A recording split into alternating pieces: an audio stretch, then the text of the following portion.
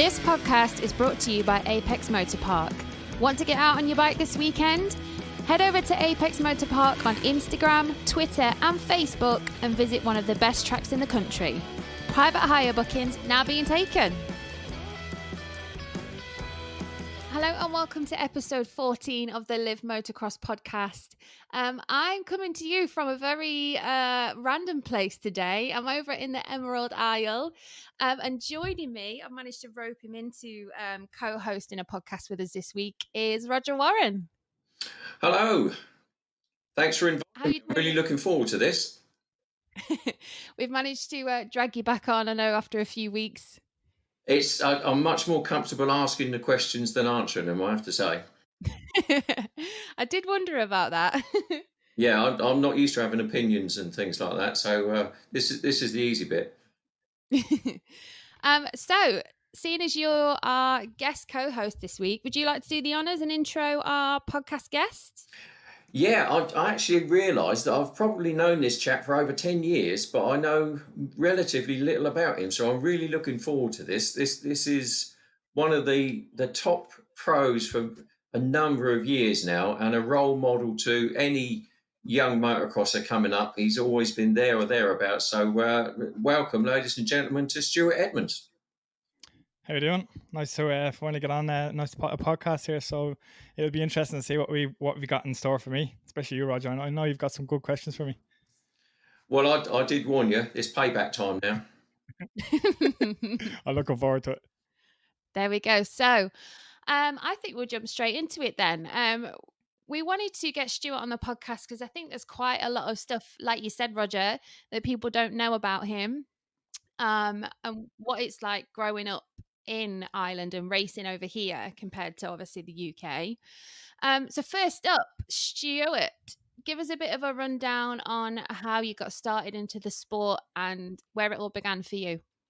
Yeah, so obviously my dad, he was big into the sport when he was younger, and my mum and dad wouldn't let me kind of race until I was about 8, but they got me a bike. I think I was age 3 or 4.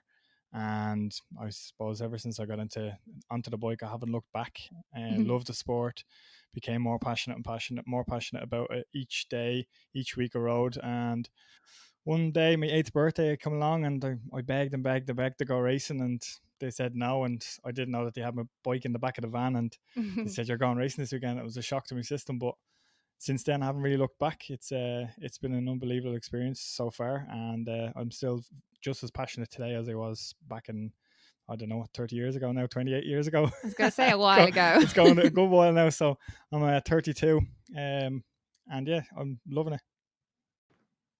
Hello, Roger. Can you hear us? Okay. I've just now sorted out my technology. It's crystal. I told you I was in danger of pressing buttons, and I just pressed one, but it's all good this end. Oh, good. Perfect. Did you get all of that? Could you hear us? Yeah, I did. Yeah. Just a very quick question. You said about growing up in Ireland. Stuart, what is it you think that is the DNA for Ireland? I mean, there's so many great riders from, yourself, Martin, Barr, Graham Irwin, people like that. What is it that is the Irish riders, and then Johnny Ray and all these people? What is it in the DNA that makes you take to it so well? I don't really know. I suppose like the country's it's a big motorsport country. Everyone loves the motorsports, whether it be bike racing or car racing. Obviously the motorcycle industry with the roads and stuff is massive here. And then the motocross is quite big as well. And I think we're just such passionate about the sports, and it just develops really, really good riders. And because we have so much passion for the sport and there's so much love in the sport, and you're involved from a young age, and I don't really know. That's all I could really say for myself. I think it's a passion that kind of drives me most, and I presume it's the same for the lads, the other lads as well, like Martin, Graham, and Johnny Ray as well. Something in the water, I reckon, to be honest. You could be right there, actually. It could be something in the water. I just wanted to break out in a song there, but I refrained from singing. I suppose the only... Yeah, please don't. The only downside, I suppose, is that you get to a certain level, and really, if you want to progress, then you've got to come across the water, haven't you? Yeah, definitely. obviously with the motocross here, there's quite a good lot of racing, but trying to get to the next level, you have to really kind of travel across. You start in the UK, then you go to Europe and stuff like that, and it's the biggest jump for us is kind of going from here to the UK, and because a lot of riders, you're used to riding your own tracks here, you're used to racing the same riders every year. As you come up through the youth ranks and then the adult ranks, and then obviously when you jump across, it's a big jump to ride the UK because it's new riders, new tracks. Some of the tracks are a bit more jumper, should I say. But yeah, it's definitely an experience when you do come across and you do make the jump. What was that like for you, your first time coming over? Um, Thankfully, for me, I was a bit younger coming across. I started kind of showing good results here in Ireland, and someone mentioned to my mum and dad about coming across to the UK, start some British Championships. And I think I can nearly remember the first race I went. It was a big eye opener for me. Luckily, I was able to do the BYN up in Desert Martin for a year or for a round before I actually come across to do the full season of the BYN. But back then, like, if you wanted to qualify in Desert Martin for a British Youth National, it was 60 small wheel riders trying to qualify for 40 places. So when they said to me I was in Group B in practice, I was trying to figure out Group B, how many riders is that? 40 riders. Mhm. So it was a big kind of eye opener for me because I think the most riders that we would have had in Ireland was probably 20 on a gate. So to be able to kind of go from 20 to 60 was a big shock to the system. But like I think I took to it quite well. And the first year was obviously the year where you had to kind of take it easy and kind of get used to the tracks that I haven't never rode before in the UK, and a lot of riders and a little bit different riding, more aggression. And then having to fight for the places. It didn't matter whether you're 20th or you're in 10th. The racing was really, really close back then. So it definitely brought me on that first year. So when did it all start to click for you? And obviously you started winning, and tell us how you progressed. I think probably the last year, my last year in the small wheels was kind of when I started kind of clicking across the water in the youths.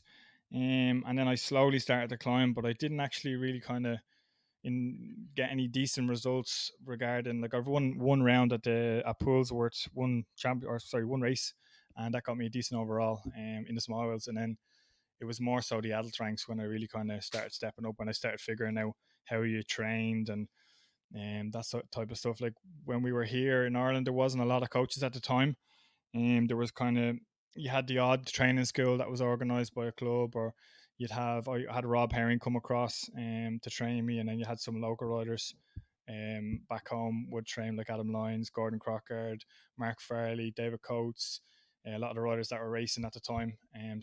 But there wasn't a lot of coaching, so to be able to kind of have a massive progression was very, very hard for me, and it was more so the racing that kind of brought me on. Okay, so all right, you came out and you said you started to make some ground in the adult ranks. Tell us about when you stepped up to the adults. How did that work? What classes? What championships? Do you have any help? How did it Well, help? yeah, funny enough, I had most of my career, and still to this day, Nick Craigie and Gavin Craigie, they were kind of my main sponsors and still are one of my most loyal sponsors ever to kind of help out. They were helping me with TM back when I was younger, and I just threw myself in the deep end, I suppose. I was on a 125, and there was an adult British in Desert Martin. I think it was only like 16, and I just said I wanted to go to it, and I'd never been to an adult British before in my life, and I just managed to qualify, and I kind of started moving up the ranks back then. The next year, or the year after, I did the same.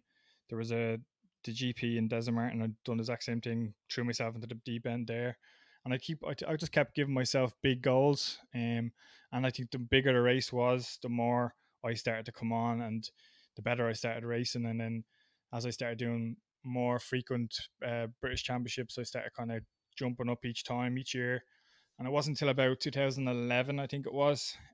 Philip McLaughlin helped me out. Adam Lyons helped me out a good bit with training and just kind of teaching me a little bit more motocross based training. And because at that stage, I was doing all the wrong stuff. I was all about the weights and trying to get big and needed to be stronger. And I was doing very little cardio. And and they kind of spent a full winter with me, and Philip really kind of pushed me a good bit, and I went from, I'd say, a mid packer to a top tenner in the space of winter, and that like kind of opened my eyes a bit, and then really gave me a an insight to what I could actually do with the right training.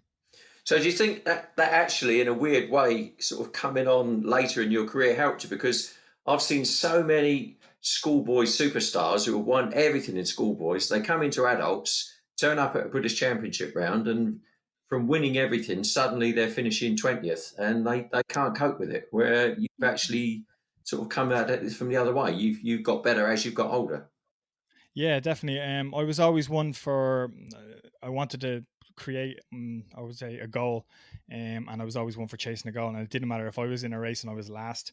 I didn't want to be the person last. I would go for the next rider or the next rider. And the same with each year. If I finished at a certain spot, I would want to better that. And when I did come across and do the adult British, my goals jumped each year.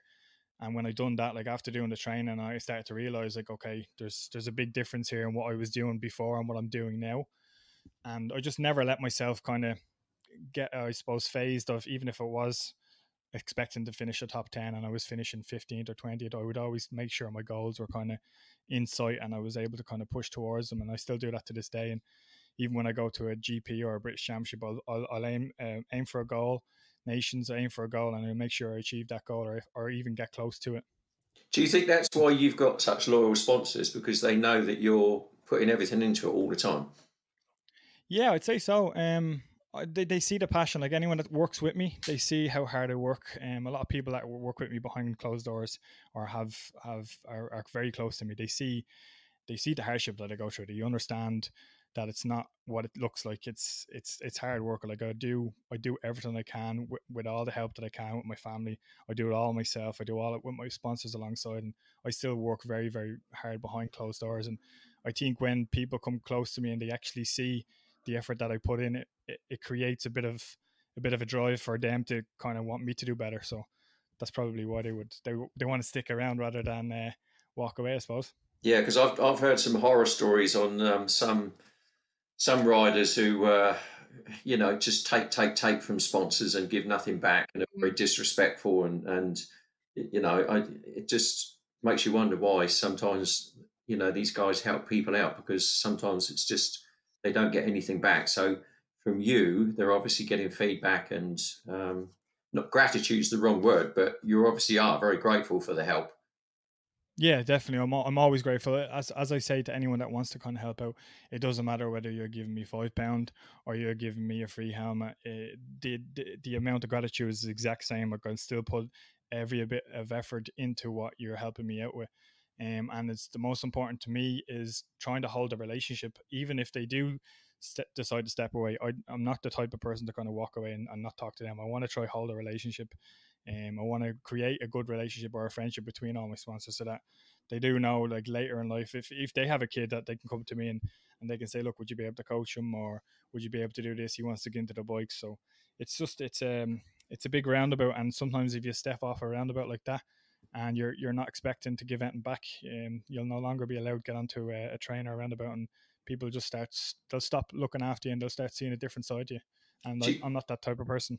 do you think that in that case, then people like the Irish Federation or whoever, they could see that you've got talent and up and coming riders? Do you think they could do more to help you and guide you and perhaps a little bit of financial help? Yeah, definitely. The Irish federations, like I'd love them to get more involved, especially with youth racing. As I was coming up, the help was very very small. There was a little bit of help from time to time, but from what we need and what they can supply, it's hard. I think a lot of money is put into other jurisdictions and other disciplines, and I think for kids to be able to transition from Ireland to England and then from England to Europe or the GPs, there has to be some sort of help from the Sports Council in Ireland. Like if you look at Belgium or if you look at Estonia, they all have some sort of program. France, that's Mm. government backed and also backed by their federation, and there's programs involved that kids can get looked at and scouted for and have a progression where there's not really a progression here. And the only way you can kind of progress is just by throwing yourself in the deep end and just try and get as much money as you can, work as hard as you can to get across to the UK, and then just try get good results and then get picked up then. And even at that, like with teams in the UK now being so little, it's very hard for kids to get picked up, whether it's Ireland or the UK. So the problem is with that attitude, you were probably born 20 years too late, because if you'd been in sort of the Dave Thorpe 500 two-stroke era, you would have done exactly that. You would have gone to a GP, had to qualify to earn some money and make a living, and that's an Yeah, attitude, isn't it? You would have done well in that. yeah, definitely. And funny enough, you're not the first person to say that to me. I remember Stephen Russell saying the exact same thing to me back in 2008, and when the recession started to hit. I started to come into my prime. Well, I wouldn't say prime. I started to get a little bit faster and started to kind of show good results. And he said the exact same thing. It's just unfortunate, and I never use that to kind of say, look, that's held me back. It's not held me back. Like even if I was able to get a few sponsors now, I would attack 5, 6, 7 GPs if I was able to fund it myself.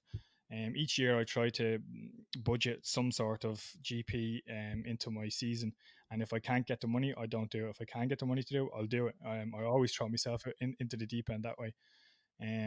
But yeah, as you say, like it's hard to kind of be able to be picked up unless you've got 50, 60, 70 grand sitting there to put yourself onto a team, which is a bit unfortunate. So do you think you've had a fair crack at GPs, had a fair chance? I mean, you always get to test yourself against Grand Prix riders when you go to the nations, and you show pretty well. So surely you must then think I could do all right in this. Yeah, well, every time the way I see it, the bigger the race, the better I ride. So if I was to go to a club meeting, I would ride a little bit faster or on the pace of a club race. Go to a British Championship, I would be on top 10 or whatever.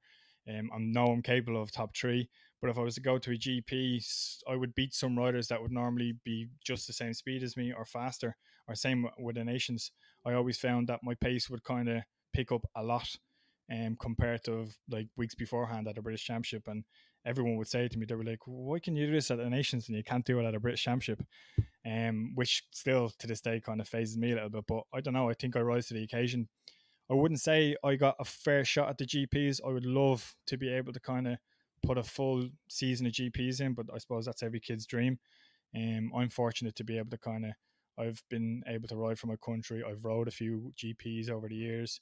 I've rode some British Championships, so I've kind of ticked most of the boxes off. And I think the last box it ticks is probably to do a GP season. Yeah, I guess that's really one advantage of coming from Ireland is this is no disrespect, but yourself and Martin Barr are pretty much probably almost shoo-in for the nations every year because you're there. So, but moving on to that, first of all, how many have you done, and do you still get excited when you get that phone call? Oh, if you could see me every time that phone call rings, He was like a child last year, Roger, when he got that phone call. it doesn't change. It literally, and when people ask me that question, they look at me and go, "Ah, yeah, right." But I'm dead serious. Like if I have an idea that the team is getting picked in those couple of weeks, and I get a phone call, even if the phone call says I'm on reserve, it's still a phone call that I know that could be for their nations, and I get so excited. Um, it definitely doesn't change. So I've been picked every single year since 2008. Obviously the years I didn't ride, I had to pull out just before the nations because of injury, and I think I counted last year. It's either 9 or 10 now, I or think could it was have 9, wasn't it? yeah nine Yeah. up until last year. So What's nine Martin up from to now? Is he 15, 16 now? yeah, him and Leok are like I Yeah, think they're Leok's on holding. about 18, isn't he? 18, Yeah, Leok's 19 like now. 1 or 2. Yeah, he's like 1 or 2 years ahead of him. I So think he they've kind of started when he was 6, didn't he? yeah. So the two of them are in competition for the most nations, consecutive nations, isn't it? Yeah, but you go to the nations and everybody loves Team Ireland. Everybody is rooting for you, even if it's on that infamous B final day. All the crowd, everyone is rooting for the Irish. They love you, and on qualifying day, they're looking for their own country, but they're also looking to see where Ireland is. Everybody loves Yeah, the Irish, and the yeah, fans, because the leprechauns are there every year, rain or shine, don't matter where it is, they turn up, don't they? yeah. It's definitely it's to view it from a rider's point of view when you're on the side of the track. I remember the very first year we were in the B final and was in Donington Park, and the weirdest thing for me was when I was going around the track, everybody, and I mean everybody, was shouting, and I got so confused because there was Spanish flags, there was Italian flags, there was British flags, there was Irish flags. Every flag was waving in front of me. There was a couple of corners. I was like, "Who the hell's behind me?" And I kept looking behind me to see who was behind me, who they were all shouting on. Then I figured it out. Oh, they're cheering us on. And that happens every single year. Like it's amazing. The atmosphere that you get from the crowd is great, and to see the Leprechauns every year, they definitely do a great job keeping our name alive. Anyway. I remember at Maggiora, on qualifying day, you were on as always. You were on the edge, the Team Ireland. Johnny Ray was just down below my commentary point, and he was yelling up to me, "Have we qualified? Have we qualified?" He was desperate, absolutely desperate. Yeah, I remember that.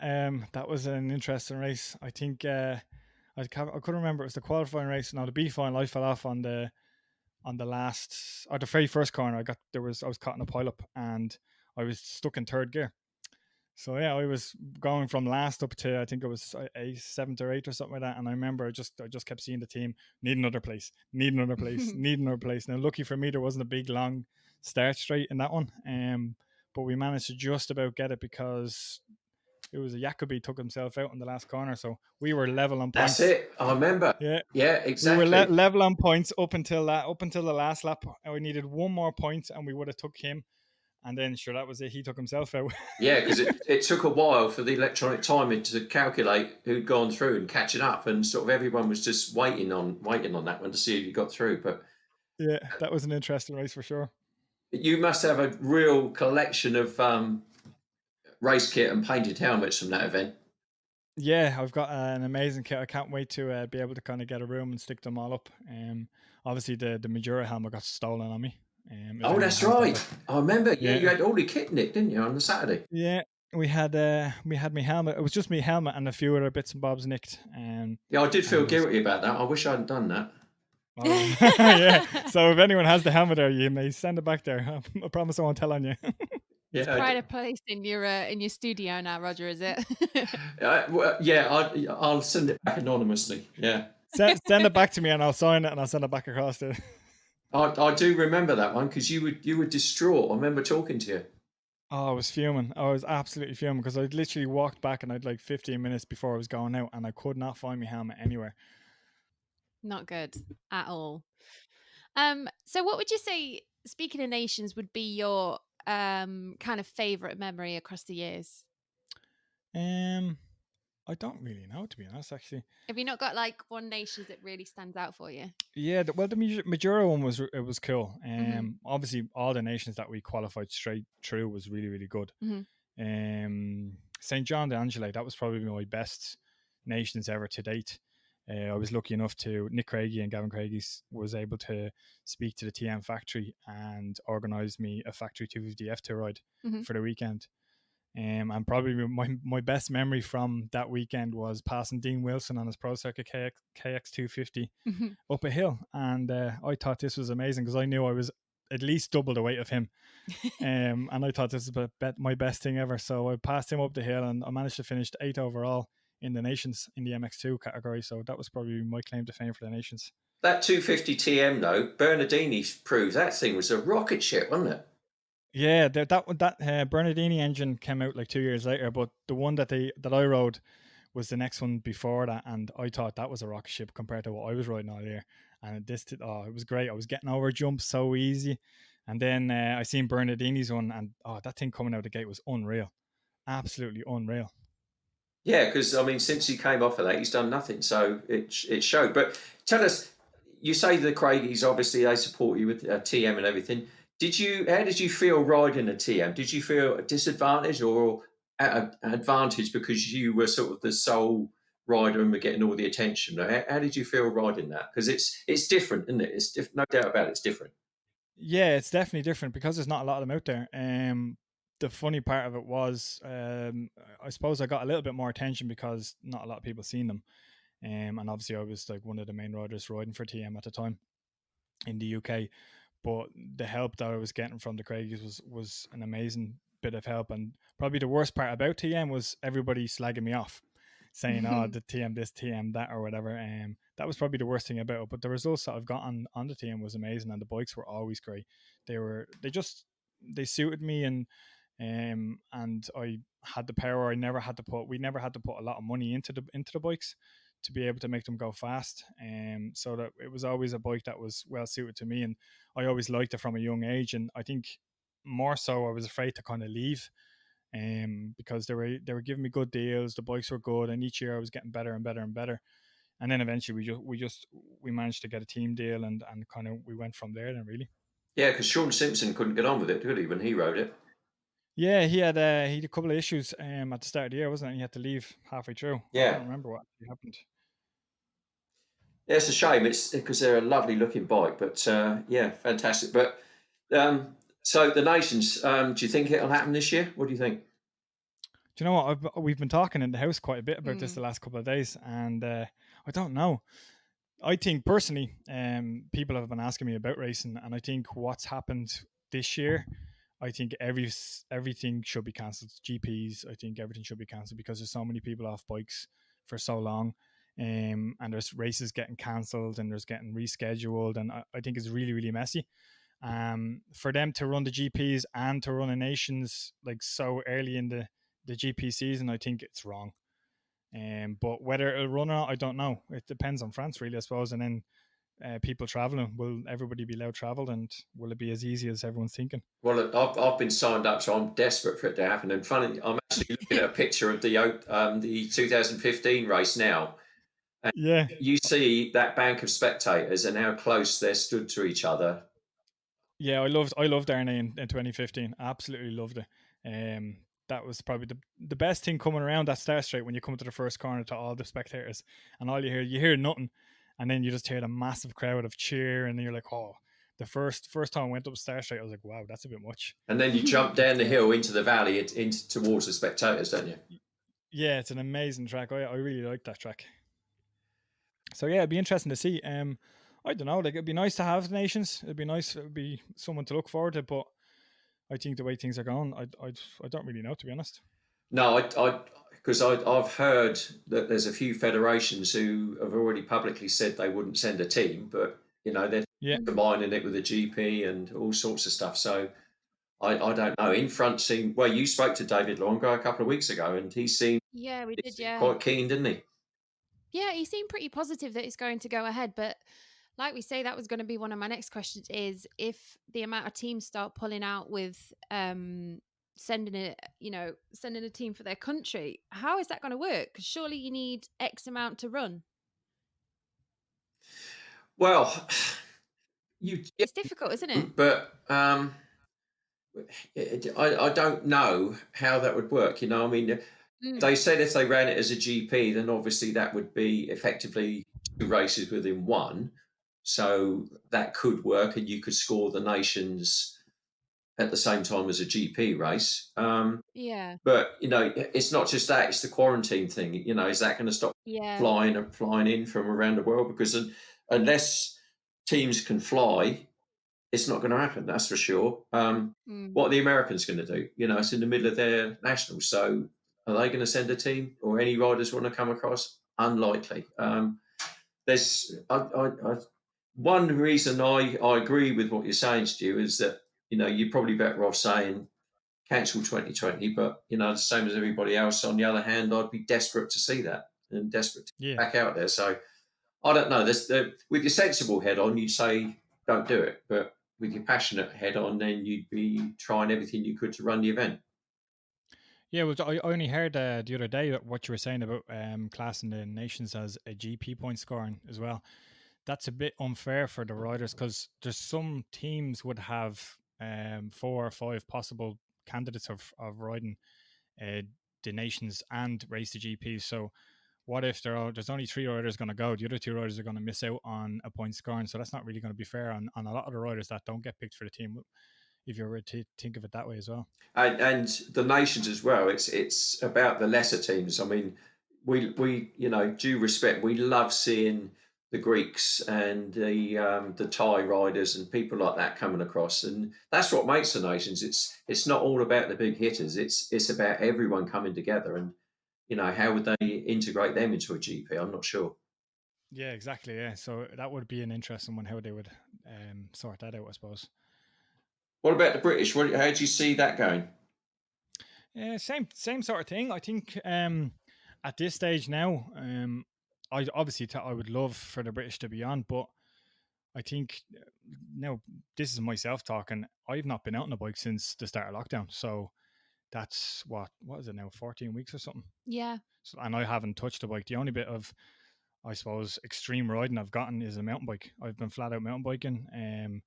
But with regards to racing a motocross bike or riding a motocross bike, I haven't been doing anything because in my area, the lockdown, all the Garda, the police were out in force, and like I went cycling quite a few times, and they actually turned me around, and I was within the 2 kilometer radius of my house, and told me to go home. And so it was really, really strict. Driving to the shops, they asked you where you were going, what you were doing, and unless it was for really important stuff out of shops, they told you to go home. So my van sat in the driveway for literally 12 to 13 weeks, and it only came out there last week or the week before for a drive around Dublin because we're allowed to drive around the city. So So yeah, how long would it take you to prepare now? If they suddenly said, right, we go in August, could you be ready? um, honestly, possibly ready at a decent pace. Yeah, fitness wise, no. What's the I team think say? What's their take on it?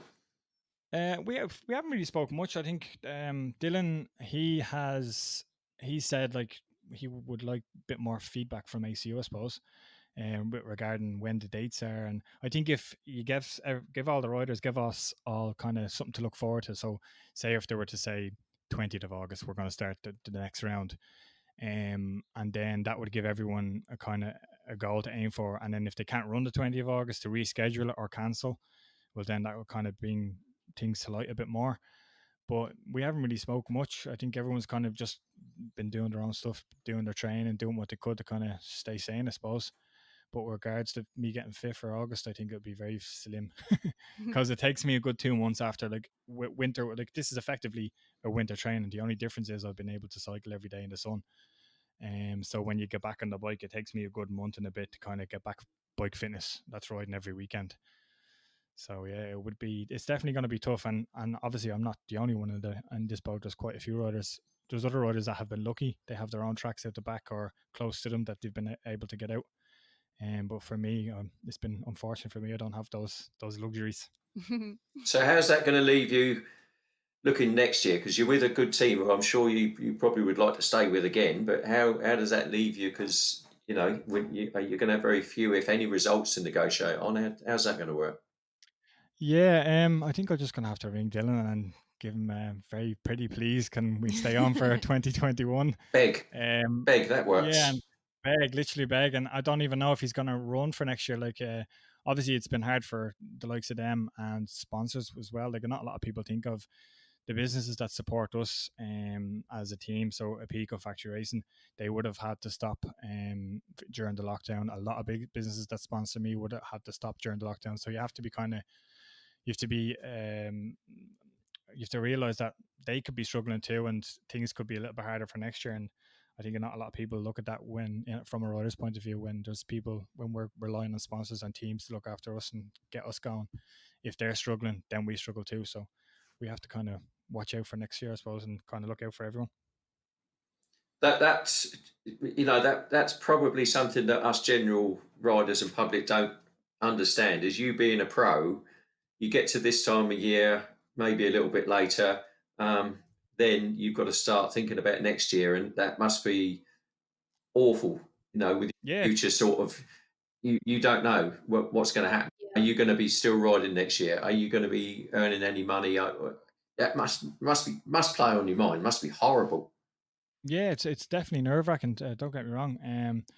Like you want to plan for next year, but you can't make any plans until you've got some sort of bike deal in place first, because that's your priority at the minute. There's no point in making any other plans for next year unless you've got your team deal or your bike deal or whatever way it works.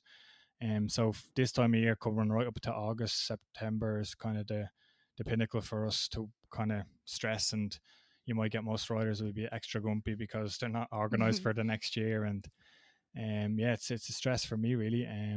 Sometimes you get lucky, you get things sorted early, and sometimes you just have to wait it out. There's been times where I've been like November and I've just about sorted something out, and then there's been times where I've got everything organized in August, September, and So those times are they definitely are. They do help when you're kind of organized a little bit earlier. With regards to sponsors as well, like you get a lot of people. I don't know about other riders, but some people they would some sponsors they would agree to help out, and it comes to next year and you wouldn't hear from them, or they've just been struggling and they can't do what they've agreed on the year before. So that's also another thing that comes into factor for us as well. That's quite tough. So you budget for say to go do winter training for 2 weeks, and then all of a sudden that sponsor's not pulled through, so you have to kind of pull that out and you have to change things around. So some things behind closed doors don't people don't see, and it's nerve wracking for us, but we make it work either way. And there's no I think dirt that bike show this year, so you can't network there either, can you?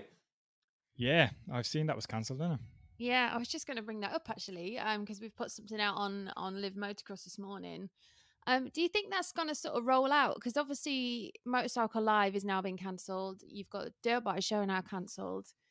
How is that going to affect the industry sort of moving forward? Because it's going to be difficult either way. But now in these times, it's just going to be 10 times harder for these riders to sort of pull in sponsors. Yeah, well, I think with regards to this year, I think if everything's cancelled this year, it would be up to the manufacturers and the teams and stuff to Mm. kind of say, right, if we can do something for next year, let's just continue the contracts Yeah, from just this roll it year, over. roll it over to next year. Ideally, that would be perfect for everyone, I Hmm. suppose. But it's we don't live in an ideal world, I suppose, don't we? Not. So we kind of have to wait it out. As like you might get some teams will be able to do that, and you might get some teams just we're relying on results this year to be able to do something for next year. So, Hmm. and as well as a lot of manufacturers, they might be struggling too. So, I know Husky and KTM they had to close doors during lockdown. So you Yeah. don't know how that's going to affect them. Yeah, I think as well, like with everyone being so in such uncertain times and we're not getting that much clarity from the ACU at the moment, do you think it will change and everything will start moving once we get those dates in the calendar, or how do you think it's going to go? Yeah, I think yeah, if there was a date to say, look, we're aiming for, I know the next British on the calendar is effectively end of August. Yeah. So if they were to put something out and say, look, we're trying to aim for the end of August, I think people can kind of go, right, let's start making plans, let's start doing stuff. But until I think they're kind of the last ones to kind of where everyone's really holding on. I know they're trying their best to try and sort something out, but I think at this stage we're getting a bit late. I think personally, if we run like the GPs late into August, October, November time, we're just going to end up having to cancel races due to weather. Hmm. Unless we do it all sand race again and run on the all weather tracks. But yeah, I think a bit of clarity on dates and when we're looking to set back get back going would be the first kind of priority or move for me, and it would be to look forward to really. What's your strategy for sponsors? Because yeah, like you say, you need a bike, number one, obviously, and it's fantastic if someone gives you some helmets or some kit and some oil and tires, but that doesn't pay your bills, does it? So, do you look outside? Do you try and what's your strategy? Yeah, so firstly, everyone thinks that we're all paid and we get loads of money, and I'm just gonna put it out there that we don't. We don't get loads of money, and we aren't all paid. Lucky, some riders are lucky to be able to get a small wage. Other riders are not so lucky. So I've never actually had a wage. And while racing a bike, I've always relied on my sponsors and my own work at home. So this year was my year. I was working for a company the last 2 or 3 years, and I stopped last September to kind of put more into my racing again, a bit more into my coaching. So I was relying on coaching and obviously race results and sponsors to basically pay my bills. And obviously with the racing side of things cancelled this year, also the coaching side of things cancelled. It's been tough, but strategy wise to get sponsors in, I try to look at something different. The businesses and sponsors that are in the industry already, it's kind of it's watered down. There's so many people that they're helping out. I try look outside the industry for new people, new businesses, new sponsors, and try kind of bring them in, give them something that they might like, something that's interesting, and see can I get new businesses and new sponsors involved, new people involved, and try promise to give them something that nobody else can give them. And that would be my kind of strategy really. And it doesn't always work out. Sometimes you just it's just deals can't be made, and then other times you get surprised. Like I put myself out 2 years ago for Specialized Ireland, Hmm. and I put my CV in and didn't think I was going to get. I didn't think I was going to get it out of it or get any help. And 2 months down the line, I managed to get an ambassadorship from them. So they've helped me out really, really well with bikes and mountain bikes and road bikes and stuff. And anything I need, they've been really, really good. And so stuff like that, like you just kind of have to put yourself out there. I know a lot of kids nowadays, they expect everything from Instagram or Facebook, and it doesn't work that way. It's yes, you have to have a good social media output, but you also have to have a good personality. You have to be able to approach somebody and talk to people, and you have to be able to show them what you're capable of off the bike, not just in results. So now that's there's two things there. I 100% agree. I'm forever saying to people, they turn up, they see British Championship GPs, and they think you're all millionaires. And I say to them, the number of people actually getting paid at this race, you could probably count on one hand. Most people are paying to be there, and they don't get that. But you've been around a long time. You've mentioned the social media side. Obviously, Sophie, you're queen of that. You must have had to adapt during your career to things like that to help sponsors and attract them, but also your riding, because you've been riding top level for 10 more years now. Riding's changed. Yeah, I'm sure you wouldn't have thought of scrubbing when you first started riding adults. So stuff like that, you must have had to change and adapt to keep up to the current level. Yeah, funny that you say that. That's quite a good thing to bring up. So I think when See, was hey, Bubba you're around? dealing with a pro now. Remember that. Yeah, yeah, that's I never actually thought of it that way. When Bubba come up, I suppose that's when I first started seeing scrubbing. So I didn't start doing all my riding changing until that era. I suppose I say I was mad into Stefan Everts. Loved his style, loved how he rode, and I loved how Bubba used to be stylish over the jumps and stuff. And then that's how I kind of started getting involved. I got on the 125 and I seen what he was doing, and I started doing little things and progressing that way. But yeah, the style of riding has changed. Social media has changed massively. It's different. It's kind of you're selling yourself. You're trying to show, I suppose, a truthful image of what you're doing and who you are, as well as helping the people that are sponsoring you, the manufacturers that are helping you out, and the people that are look after you. That's important too. So yeah, there's been a massive change throughout my career when you put it that way. Yeah. Well, people like Tony Caroli. I mean, Caroli has seriously had to go back to the drawing board and learn how to ride the same as Geiser and Hurlins. Yeah. Up them. Yeah, yeah, you're right there. I think any good rider will always see that there's improvement. Anyone that says to themselves they don't need to go to training schools or they don't need to get coached, or that's the rider that's not going to go far. It's a really important. Like even now, if someone was to come to me that was a GP rider, or even they don't necessarily have to be faster than me. If they were to coach me or give me a bit of advice on the track, I would take it on board straight away. Look at it, try it. If it worked, it worked. If it didn't work, it wouldn't work. It's just the way it goes. I'm always asking for guidance. I'm always asking for help.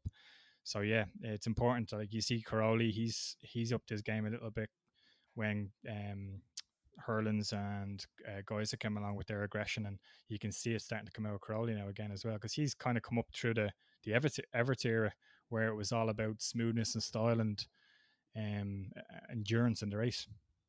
But that's one thing. I mean, the old school style, especially in GPs, the first 5-10 minutes you'd settle into it. You can't do that now, can you? No, definitely. I remember where was one of the first GPs I did on a big bike. I thought it was the weirdest thing ever. There was like first 2 laps, it was fairly fast, and then I was still going forward in mid race, and I was like, why are they all going so slow? And then next minute, it was like the last 15 minutes was unreal. The pace, either I got really really unfit and really tired, or the pace jumped about 5 seconds. And then the GPs or the nations in the last 5-6 years, it's just flat out from start to finish. There's no mid motor break, should I say? And I always have a mid motor lapse. They always give out to me in the team, and the sponsors always give out to me my 2 lap sleep. So yeah, it's changed a good bit over the years, I suppose. So with the coaching side, which which way would you see yourself going on a one-to-one with people just coming up, or I see Stephen Sword now works with Conrad Muse, sort of a mentor, coach, that sort of thing. Which do you think you could bring to the party? Which would be better for you? Well, I'd like to give my input. When I was a kid, I didn't have a lot of people. I had my dad helping me out. I had some coaches here, but I didn't actually have a full time coach that I could know. I was going to him on the weekend, or he would have a group session here. I would like to be able to give I suppose my experience on the sport to everyone. Group coaching is really good, but I'm working with 2 or 3 kids here now at the minute, on a personal basis, and doing a lot of one-to-ones with them, and they've come on lots. And I think it's important that you're able to spend one-on-one as well as do some group sessions for other people, because to be able to do one-to-one with a rider, you'll get a lot out of them within the 2 hours, 2 or 3 hours that you ride. And then within a group session, they may take 3 things out of a group session, which is good depending on the rider and what they do. So I want to give a variation, I suppose. I want to do a bit of group sessions and also one-on-one. It'd be nice to be able to nurture a rider from his youth career all the way up to his adult career and still be involved with them. Yes, they're going to have to go to teams, they'll have to go to different people throughout their career, but I'd still like to be able to be there when they're successful and be able to still kind of go, try this, try that, and they'll still have trust in me. You're kind of doing that at the moment, aren't you, with young Jordan? I don't know if you saw, Roger. He was the 65 rider at Arena Cross this year. Yeah, I did. Yeah. Okay, I didn't realise you were working with him, but yeah. Yeah, no, Jordan. Funny enough, Jordan came to me when he was only learning about, I'd say it's 3 or 4 years ago now. 3 years ago, I would say. And he learned how to ride a little bit, taught him his gears, taught him how to take off, taught him how to stop, that sort of stuff. And he went away, come back for a few more group sessions, and he's excelled massively. In the last year alone, being able to go to the Arena Cross his second year racing 65 cc's to do Arena Cross is massive. And he's actually moved up to a small 85 now. I'm also working with another kid, Finn Wilson. I've helped him out quite a bit, and he's come to me to do a few group sessions, and I've done some one-on-one stuff. He's definitely an amazing rider as well to look out for. And then Aaron Gray, they're kind of my 3 main riders that I am kind of putting a bit of time and effort into at the minute. So yeah, it's there's a few kids in my eyes at the minute that I'm kind of looking at, and I can see progression. That leads into a question, Soph, doesn't it? Brian Kavanagh. This is it. We'll probably jump onto those in a little while, because there's been there's been quite a few Q&A sent in this week. Some of which you'll probably know who they're from. A quick one as well. Roger pointed out last night to me, when we were talking a little bit about prepping the podcast and whatever, each rider has their own number that they are kind of drawn to. Like mine's always been 33. So what was the origin of the number 162? Funnily enough, there's actually no reason to 162 whatsoever. There's it was just one of those things. I always ran what did I run? 33 in the youths, small with 85s, big with 85s. Then I think I went to 16, and that kind of stuck for me for a while. And then when I done my first season in British Championships, I had to run 162, and that's how that stuck. And Gordon Crocker had nicknamed me 162, and that's how that stuck. Oh, that was him, was it? Yeah, that was him. He came up with the bright idea of 162, so he called me Stewie 162. So it stuck ever since then. My favorite numbers are actually 7 and 5. So I just enjoy 162. I ran number 9 for a while, but I always revert back to 162. It's kind of my number that everyone knows me by, I suppose, by now. I've got quite a few years. What about you, Roger? Did you always have like one number that used to stick in your mind? No, but actually my elder brother did. He always used to run the number 81.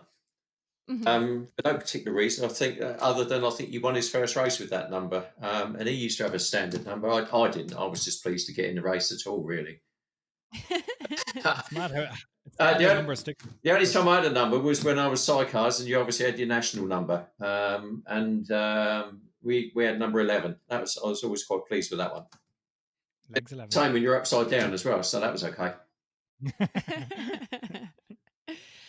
There we go. So I think we will head it into the Q&As now. What do you think, Roger? Yeah, the Q and A's. Let's go. Let's go.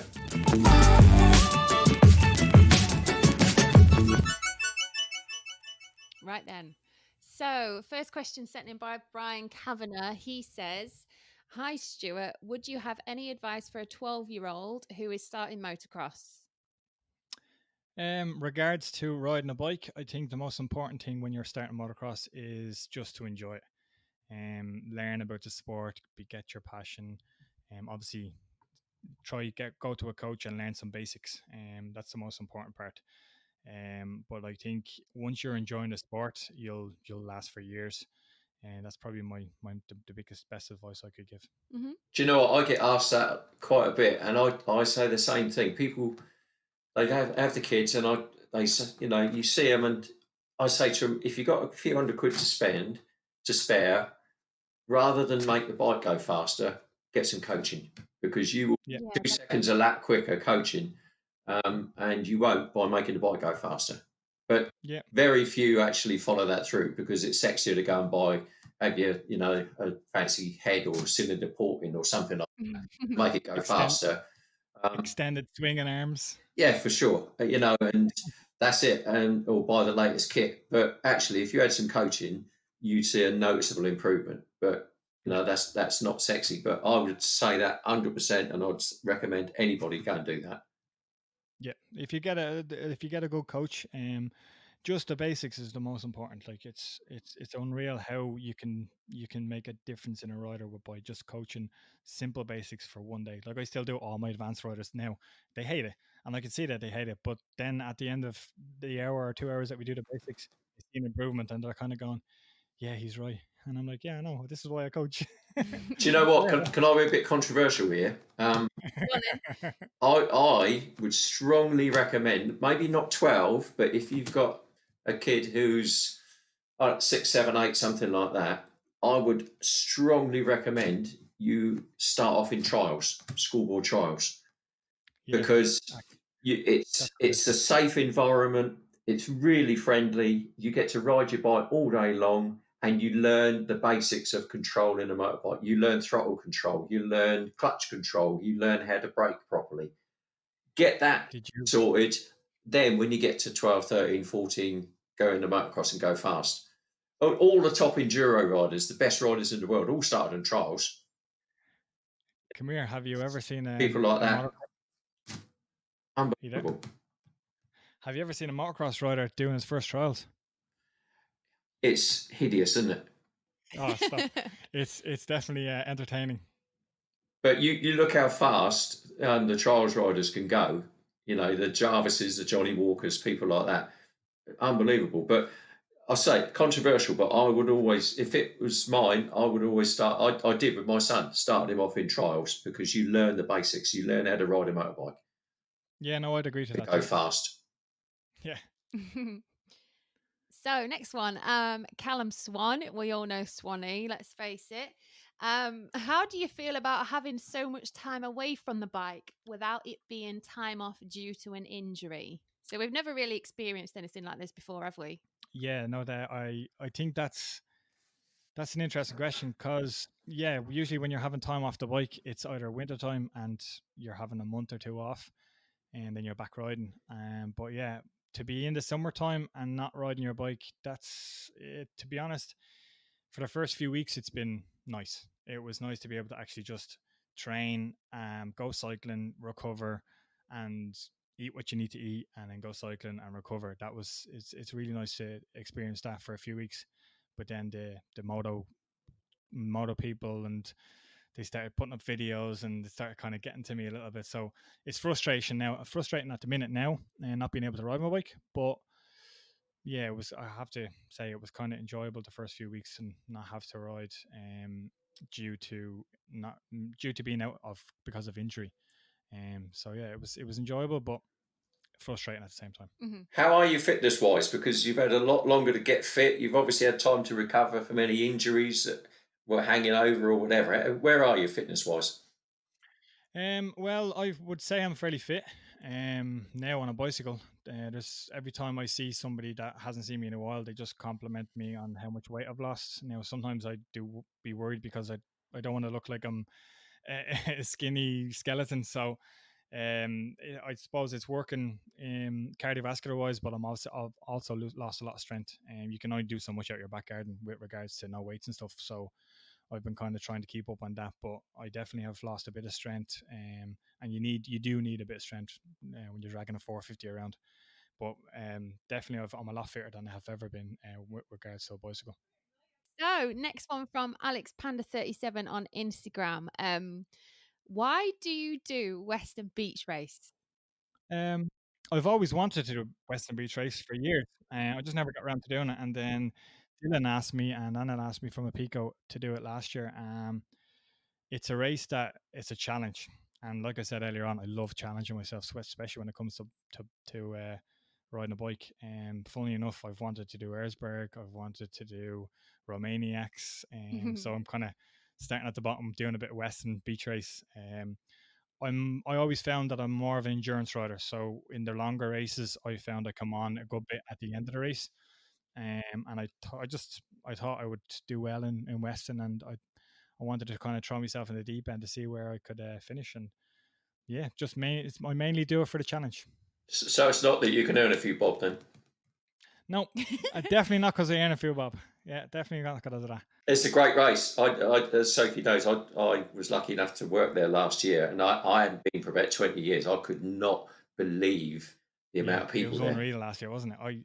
Now even though I had a bit Yeah. of a nightmare, but it was a race that I remember asking like all the riders. I asked like Jamie and Matt, and they're all like, "It's the best race you'll ever do." And I'm like looking at them, I was like sick in the head. How is like riding 3 hours in sand going to be the best race you're going to ever do? And I remember going around, and I think there was 3 laps to go. Because obviously I had a bit of a malfunction at the start, and the oil bung came out, so I had to push the bike back, find the bung, put the bung back in, get the team to put oil back in. So I was 2 laps down. So I was just there was no pace on myself. It was just as hard as I could go for as long as I could go. And I remember like I think it was about I see 3 laps left, and I hit the wall. And I mean, when I hit the wall, I hit the wall. It was like I couldn't turn the throttle, and even trying to change gears I was like, what is wrong with me? And I just couldn't focus. And then I kind of got going a bit, got a bit of water into me, and I got going again for the last lap. And I come across the line going, how the hell is that the best race of my life? So by the time I got from the line to the awning, and I kind of got a bit of food back into me, someone asked me, what do you think? And I was like, that's the best race of my life. And it was all in the space of like 5 minutes from going to, oh my God, I hate that race, to go and get to the awning, get some food into me, to absolutely love it. And it's by far the best race I've done in a long, long time. And with regards to spending time on the bike and just trying to maneuver yourself past the riders that are stuck, and trying not to get stuck yourself, it's unreal. Well, put it this way, Roger. So next time you'll be better Oh, prepared definitely. then, won't you? You wait and see. You wait and see. If it's on this year, I'm going to be at the top. Well, put it this way, Roger. I've never seen anyone eat a pack of Jaffa cakes so quick on a pit stop in my life. I tell you what, though, I was very sore the next day. Very sore. Oh, if you had seen me walking around, John Wayne hadn't even got a patch on me. Yeah, do you think it'll happen this year? What's the word? Yeah, I mean, well, I say we've all got the go ahead with Gareth. So yeah, I mean, did you manage to listen into the podcast with Gareth a couple of weeks ago? I listened to the first one, not the second one. No. So yeah, we've all got. Don't put me on the spot like that. Sorry, that's not fair. So yeah, as far as we know, we are all good to go. Obviously, we just need to put some different plans in place for social distancing and bits and bobs like that. But obviously, that might change again in the next week. So it's just all a bit mad, really. Well, let's hope so. Let's hope it happens. Need something to look forward to. So next question, Michael O'Driscoll. Have I pronounced that right? O'Driscoll? O'Driscoll? Yep. Mikey O'Driscoll. There you go. What bike would you like to finish your career on? Now, Mikey, who says we're going to finish my career? There's no finishing. I'm going to be driving bikes till no ends. Look, if it was any bike and I could pick any bike I want, obviously I'd love to finish on a factory team. But sometimes those luxuries aren't where you would want. But I'm very happy with the Husky, and the Husky 450 is definitely a bike that suits me. So yeah, I'd be happy to finish on the bike that I'm on now. Yeah. Is there any sort of like dream bike that you would want to have, say, one last race meeting on? Yeah, the Ice One Husky, definitely prepared by Paul. I would love a go at Yasakonis's bike. It looks like it's the dream. Well, Jonas's bike's going spare at the moment, isn't it? Is it really? Just got injured, isn't he? He's just got injured. There you go. I'm a Jonas Yeah. fan. I'm not. Put a good There you word in for go. me there, Roger. Okay. Yeah. Okay. Yeah. I'll. Yeah. Don't call me. I'll Right, call cool. you. Right. I'll be sitting waiting by the phone. There we are. So next question. This is from Ross and Greg. Who are your two favorite pit girls? Sophie McGinn. No. I'd have to say Ross and Greg definitely are my two favorite pit girls. They helped me out in the arena cross there this year, and Yeah. they definitely done a good job, especially when Ross was walking around with his pint in his hand. That was quite good. Yeah, I think I saw him at one point. He got a pint and a spanner. Yeah. He says, "What you want me to do?" I was like, "You're okay. You just sit and relax." This one's been sent in as well from Jordan, actually. Jordan Kinsella, one of your students, I should say. Hello, bud. What was the highlight of your career and what are your future goals? Highlight of my career. That's a great Very good question. Yeah, like that. So Yeah. highlight of my career probably Taiko Suzuki year. I think I finished fairly high up in the British Championship. Had a decent. I actually finished. I got my first pro podium in the Red Bull Pro Nationals with them. So that's probably my highlight of my career. Future goals. Well, next year I've been thinking in my head. I haven't told anybody, so I might as well tell you all now. I would love to do 5 GPs next year. Obviously the British Championship. So I'll just aim for my future goals as in next year. So yeah, if I could do 5 GPs and the British Championship next year, that would be a really, really good goal for me to achieve. And then obviously to be picked for the Team Ireland to ride the MX Nations will be an important goal too. Any 5, or have you got 5 in mind? Obviously European. Any 5 would do. It wouldn't really matter. I'd obviously pick the close ones, so I'd probably do France, Spain, maybe throw a Germany in there, Lommel if I could. Give myself a bit of hardship. I've a bone to pick with Lommel, you see, so I didn't ride to my best, I suppose, the last time I raced Lommel at the MX Nations, so I want to kind of go back there and sort that out. You weren't alone there. There was quite a few who struggled that day, if I remember. There was some top American names who had a tough time there. I think they had to explain to Ryan Dungey what a blue flag was, didn't they? I remember I rode 250 all year, and then the week before the Nations, I rode the 450 and that's when I got my podium in Cullum, and it was hardpack, and I'd never rode as rough a track on a 450 in my entire life, and I got so tired. I still did well. I rode as fast as I could ride, and we got a decent result, but did I struggle there? It was unreal. It was definitely the roughest track I'd ever rode in a long time. So I said I want to go back there and kind of redeem myself. Next question. Right. Another one from someone you may know. This is another final Q&As. Who's this? Ruston Levy. Oh, God. He says, "Hi all, could you ask Stuart, of all of the riders who rode on Team EHS with him, who did he learn the most from, and what is his best memory of that crucial time in his career?" So maybe just explain a little bit about who Team EHS is first for people at home. So back when I was on the small wheel 85, my mum and dad had a shop called Edmonds Whole Shot Racing. And so that's where EHS came from, and they ran a team of 3 motocross riders, and then they helped. Hang on. I might be a bit thick here, but Edmonds Whole Shot Racing is EHR. How does that work? Don't know. I genuinely don't know how we got that, but it definitely that's how we named it, and yeah, it was.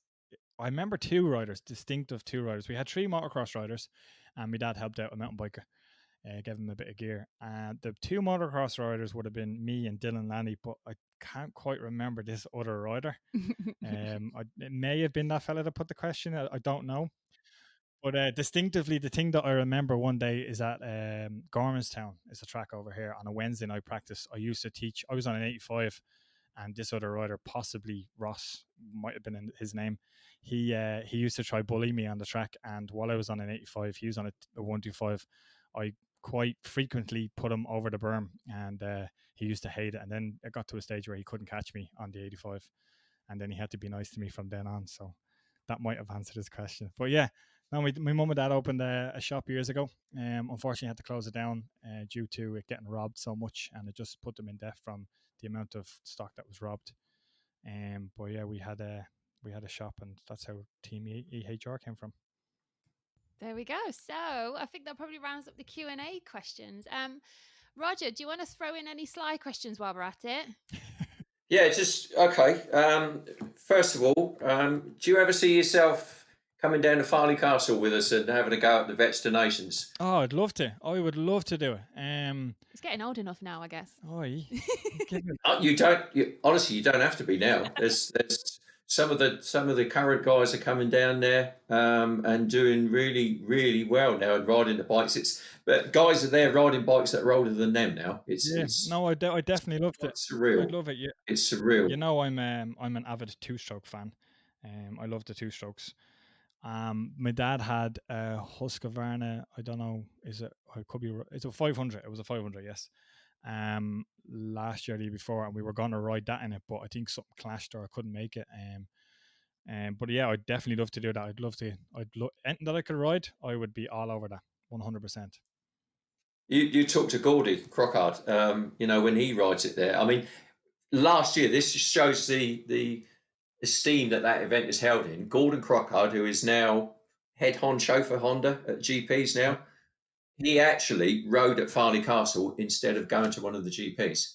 He actually said, "I don't need to be there. He chose to ride at Farley Castle instead of going to a GP." I wonder how that went down. Oh, by the way, boys, I'm taking holidays for Farley Castle. I said that to him, and his response was, "I'm the boss. Do what I like."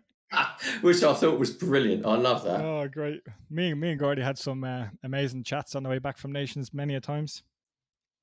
And me, I've had chat. I've spent time with Gordy over a beer, and I've literally just sat there for a couple of hours just listening to his stories. Especially when he went to America and did the GNCC and all stuff like that, and GPs. He is. If ever a man should write a book, it's him. Yeah, it's brilliant. Like some of the stuff that we spoke about was unreal, and he actually even gave me ideas for my own training himself. He was telling me bits and bobs about back when he was racing Cooper and stuff and what he did. And yeah, I had some amazing chats with him. I always love chatting with him. We always have a good chat together. Yeah, he is really a very, very interesting guy, and he's just got so many stories to tell. And I'm sure there's many that he probably can't tell either. No comment. Maybe we get him lined up for a podcast episode. Definitely. Yeah, definitely. Trouble is, you'd need to set aside 3 or 4 hours at least. I'm sure we could do that. Because he can tell a story, can that boy? Definitely. I can imagine. Going forward then, Stu, where do you, I mean, Sophie, is that okay to say this? Where do you see yourself going in the future? I mean, go for it. Eventually you're going to have to stop sometime. And looking at your biography, because I tries to find out some stuff on you, it actually says on your bio, motocross, that's all my life has in it. That's what you actually say. Literally. So where is that going to leave you when eventually you, for whatever reason, have to stop? Yeah, no, there's a few people have said that to me. Obviously, I think it's important that people understand that, yes, when you're getting old, it doesn't necessarily mean that you have to stop something just because you're getting old. Like I see, the way I see it is like you look at Steph and Everett's, you look at Ben Townley when they won their last race, what ages they were at. And for me to retire, why should I retire? And when I'm still enjoying the sport, when I'm still passionate with the sport. So I think I definitely have a good few years in me. I'm a late bloomer as such. I wouldn't have said I'm an early riser when it comes to the racing side of things. So I'm blooming late, and I think each year I'm progressing. And if I'm enjoying the sport, why should I stop? So till that day comes where I'm not enjoying the sport, that's when I'll know it's time to retire.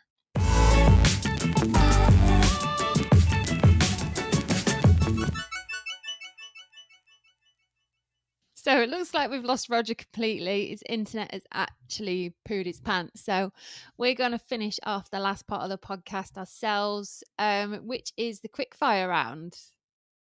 Ready? Oh no! Hold on. Okay, let me compose myself here. Okay, hold on. How many questions is there?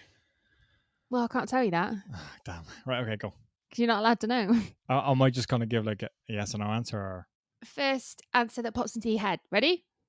this is like the whole show here? Okay. Yeah. Suzuki or Husky? Husky. ADAC or British? ADAC. CR500 or FC450? Oh, CR500. Sand or hard pack? Hardpack. 2-stroke, 4-stroke? 2-stroke. Oh, you didn't do very well on that, did you? No. There's not really a prize for it or anything. It's just a bit of I like interesting 2-stroke game. though. I really like 2-strokes. They make me happy. So I reckon we'll sign off from there. Roger said bye. He's just messaged me to let everyone know, but his internet has unfortunately pooped his pants. But yeah, that rounds up episode 14 of the Live Motocross podcast. I've been Sophie McGinn, and we've also, Stuart. Yeah, you've got the podcast hug from me, and what, as we say in Ireland, slán, and that's goodbye. Oh, I thought that was... No, that's Slancher's drinking, isn't it? Slancher's drinking, yeah. Okay. There All you right. go, you're getting that mix up. You would have to remember the slancher when you come to drinking, yeah. Yeah. Yeah, so slán is goodbye in Irish. There we go. Hopefully get back on again soon. There we are. So remember to subscribe to the Live Motocross podcast on Acast, iTunes, Spotify. We're also getting all the episodes uploaded on YouTube at the moment, so you've got another place to listen there. But in the meantime, tune in next week. No matter how hard we